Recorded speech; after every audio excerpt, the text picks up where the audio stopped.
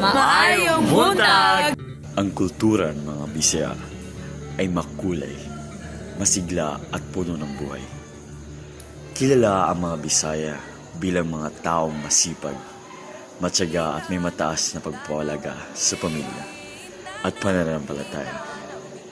Karamihan sa kanila ay naninirahan sa mga rehiyon ng Kabisayaan at ilang bahagi ng Mindanao, kung saan ang pangunahing hanap buhay ay ang pagsasaka, pangingisda at pangangakal.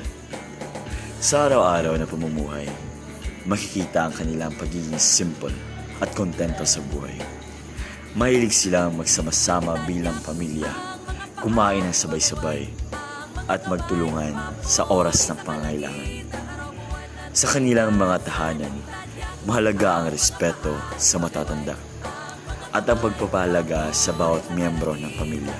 Mayong udto sa iyong tanan, ako di ay si Julia Amor Valencia. Ug karon kauban ako si Mayong unto kaninyong tanan, ako dahil si Charlie Villalobos. ug karon ako siyang i-interview and na ako'y upat ka pangutana about sa iya ha. So dili na ta magulat-ulat pa no. Ato siyang idiretso na sa unang pinakauna nga pangutana. So number 1 is paano ipinapakita ang paggalang sa mga nakakatanda sa kulturang Bisaya? Para sa akin, ay papakita ang Paggalang. naipapakita ang paggalang sa mga nakakatanda sa pamamagitan ng pagmamano at pagsasagot ng po at opo. Okay, tapos yung ikalawang yung question naman is ano ang mga sikat na destinasyon sa turismo sa rehiyon ng Bisaya? Sa aking kaalaman, ang mga sikat na destinasyon dito sa Bisaya ay Siargao, Cebu, and Davao. Okay. So yung pangatlong question naman ay ano ang mga traditional na sayaw ng Bisaya? Tinikling, Okay. Tapos yung last question is ano ang mga kilalang pagkain sa Bisaya? lechon, or adobo. Okay. So, yun lamang po. Maraming salamat sa iyong pakikisama sa amin. Isa sa pinakakilalang katangian ng mga Bisaya ay ang kanilang pananampalataya at debosyon sa Diyos. Karamihan sa kanila ay mga Katoliko at halos bawat bayan ay mayroong kapistahan na ginugunita bilang pasasalamat sa mga biyayang natatanggap.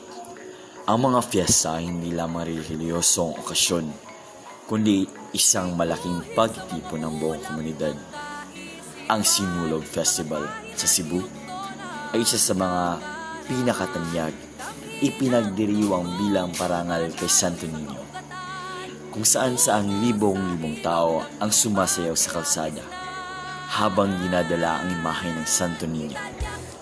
Mayroon ding binyag ng festival sa Iloilo at ati-atihan sa Aklan na kapwang nagpapakita ng pananampalataya sa kaysaysayan ng mga Bisaya. Sa mga pista, makikita ang makukulay na kusutan, masiglang musika at masasarap na pagkaing inihanda para sa lahat. Bukod sa reliyosong aspeto ng mahalaga rin sa mga Bisaya ang sining, musika at sayaw bilang bahagi sa kanilang pangangailangan.